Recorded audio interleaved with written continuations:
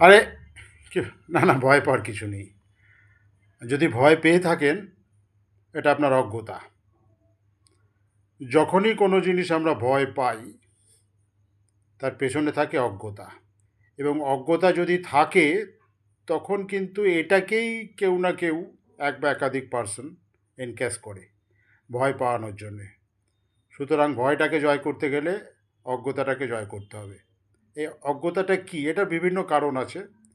এই কারণটা যতক্ষণ না আপনি জানতে না পারছেন যে কী কারণে অজ্ঞতাটা সৃষ্টি হচ্ছে, সোজা কথা বলতে গেলে অজ্ঞতা মানে জ্ঞানের অভাব। কারণটা যখনই আপনি বার করবেন তখনই কিন্তু ভয় আপনার কমে আসবে। আর যদি উল্টো দিক দিয়ে বলেন, যদি এটা না করেন, তাহলে তো ভয় আপনাকে গ্রাস করবেই। আপনাকে করবে, আপনার পরিবারকে করবে, আপনার চারপাশে সবাইকে গ্রাস করবে। ভেবে দেখুন, ঠিক বললাম নাকি?